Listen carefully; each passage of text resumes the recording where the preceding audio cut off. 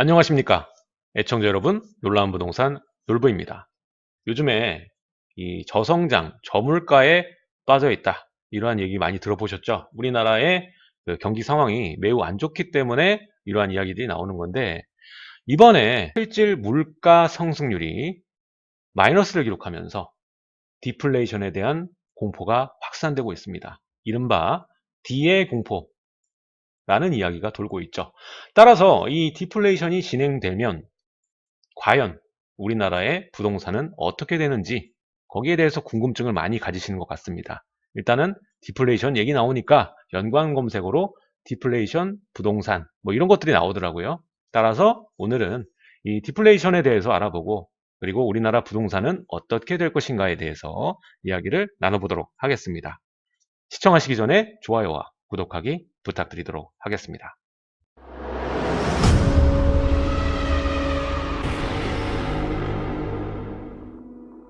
자, 먼저 그래프를 보시면 이번 상반기에 물가 상승률이 굉장히 많이 떨어졌습니다. 특히 이번 달은 1965년 관련 통계 작성 이후에 소비자 물가 상승률이 0%, 전년도 대비 제자리 걸음을 기록을 했습니다. 사실상 0.00%까지 밑으로 보게 되면은 0.038% 하락을 했기 때문에 사실상 첫 마이너스를 기록을 하게 된 것입니다. 자, 7월을 기준으로 봤을 때 OECD 주요국의 소비자 물가 상승률을 한번 살펴보면요. OECD 평균이 2.1%가 나오고요. 미국이 1.8%, 그리고 일본이 0.5%, 한국이 0.6%가 나옵니다. 근데 이게 8월 들어서 우리나라는 첫 마이너스를 기록하게 된 겁니다. 자, 이 그래프를 보시면은 미국과 일본 거의 비슷한 모습을 보이고 있습니다. 전체적으로 작년 10월에 정점을 찍었다가 같이 동반 하락하는 모습을 보이고 있거든요. 문제는 뭐냐면은 다른 나라에 비해 우리나라가 더 하락폭이 크다는 데 있습니다. 하는 측에서는 일시적인 공급 요인으로 인해서 발생한 일시 하락 현상이다, 이렇게 말을 하고 있지만, 대다수의 전문가들은 이 디플레이션에 대한 우려가 있다, 이렇게 평가를 하고 있습니다. 자, 그럼 디플레이션이 과연 무엇일까요? 인플레이션은 여러분들 많이 들어보셨을 겁니다. 자본주의에서 이 경제 성장률이 유지가 된다면 자연적으로 발현되는 현상이죠. 물론 고인플레이션은 위험한 것이지만 어느 정도의 인플레이션은 이 건강한 경제를 의미합니다. 그러나 디플레이션은 장기적인 경기 침체를 의미합니다. 왜냐? 경제 전반의 상품과 서비스의 가격이, 물가가 지속적으로 하락하는 현상입니다. 그렇게 되면 소비자들은 계속적으로 소비를 뒤로 미루게 됩니다. 가격이 떨어질 게 뻔히 보이기 때문에 나중에 사면 더 싸지 않습니까? 게다가 물가는 지속적으로 하락하기 때문에 돈의 가치는 점점 올라가게 되겠죠. 이것이 바로 디플레이션입니다. 자, 인플레이션과 디플레이션, 각자의 그 유리한 포지션이 있는데, 인플레이션 아래에서는 현금이나 현금에 준하는 이 현금성 자산을 소유하게 되면 인플레이션에 의해서 화폐 가치가 지속적으로 하락하기 때문에 손해를 입게 됩니다. 지금 500원을 그대로 들고 있으면 5년 뒤에 500원의 가치가 떨어지니까 손해를 입는다는 거죠. 따라서 이 금이나 부동산 같은 실물 자산에 투자하는 것이 유리합니다. 말 그대로 이 실물 자산이 인플레이션을 해칭해주는 수단이 되는 겁니다. 뿐만 아니라 우리가 이러한 실물 자산에 투자하기 위해서 리버리지를 활용하죠. 대출을 실행해서 좀 더 우량한 실물 자산에 투자를 합니다. 왜 그렇겠습니까? 이렇게 대출을 통해서 실물 자산에 투자했을 경우에 장기로 가면 갈수록 채무에게 실질 가치가 떨어지기 때문에 채무자에게 상당히 유리하죠. 자, 그런데 디플레이션 아래에서는 이 주식, 부동산 가격은 하락할 수밖에 없습니다. 왜? 돈의 가치가 더 높아지니까요. 디플레이션 아래에서는 현금이나 현금에 준하는 현금성 자산, 즉 이 채권 등에 투자하는 것이 유리합니다. 돈의 가치가 증가하기 때문에 그렇습니다. 따라서 이 돈을 빌릴 때 채무자 같은 경우에도 채무액도 돈이죠. 돈의 실질 가치가 증가하기 때문에 이자율이 높아지겠죠. 따라서 채무자에게 굉장히 불리해집니다. 따라서 디플레이션 아래에서는 채무의 가치가 증가하기 때문에 처분을 서두르는 수요자들이 증가하게 되고, 그렇게 되면서 부동산 가격은 빠질 수밖에 없습니다. 자, 그러나 이 디플레이션은 두 가지로 나눠볼 수 있습니다. 경우가 다른데, 일단 기술이 진보하거나 경쟁이 치열해지거나 아니면 노동의 생산성이 증가하거나 이러한 요인으로 인해서 물가가 하락했을 경우에는 경제 구성원 모두에게 이익이 됩니다. 하지만 지금 우리가 얘기하는 디플레이션은 이와는 다르죠. 기술의 진보와 경쟁 시장의 구조와 노동 생산성이 증가하는 경우가 아닌, 그냥 총체적 수요가 감소함에 따라서 상품과 서비스가 안 사주니까, 소비가 감소하니까 가격이 떨어지는 이러한 디플레이션은 경제공황으로 연계될 수가 있습니다. 왜 공황으로 연계될 수밖에 없냐면, 우리가 경제학에선 디플레이션이란 단어 하나보다는 디플레이션 소용돌이라는 말을 씁니다. 악순환의 고리라고 말을 하는데, 현재와 같은 총체적인 수요 감소에 의해서 소비가 줄어들게 되면은 기업에서는 소득이 줄어들겠죠. 거기에 따라서 투자라던가 고용이 감소할 수밖에 없고, 고용이 감소한다는 것은 개인 소득이 감소하는 것이죠. 이렇게 소득이 감소하면서 또 소비가 감소하게 되는 것이고, 또 물가가 떨어지게 되는 것이고, 이 악순환이 계속 이루어지는 것입니다. 이렇게 화폐 가치가 하락하지 않고 화폐 가치가 오히려 확장되는, 물가가 떨어지다 보니까 돈으로 할 수 있는 일이 많아지는 이러한 시대가 되면은 자본이 도는 경제 선순환이 되지 않기 때문에 미래가 없는 거죠. 장기 경기 침체라는 늪에 빠지게 되는 겁니다. 가까운 나라 일본을 봐도 이 늪을 빠져나오기 어려운 것을 우리가 알고 있습니다. 자, 이번 관계부처의 말대로 우리나라의 물가 상승률 하락이 일시적일 수 있습니다. 하지만 한 가지 확실한 것은 현재 우리나라는 경제 성장세가 둔화되어 있는 상태고, 물가 자체도 굉장히 낮은 상황이라는 거죠. 자, 물가 하락은 소비와 수요를 감소시키고 기업의 생산과 투자를 감소시킵니다.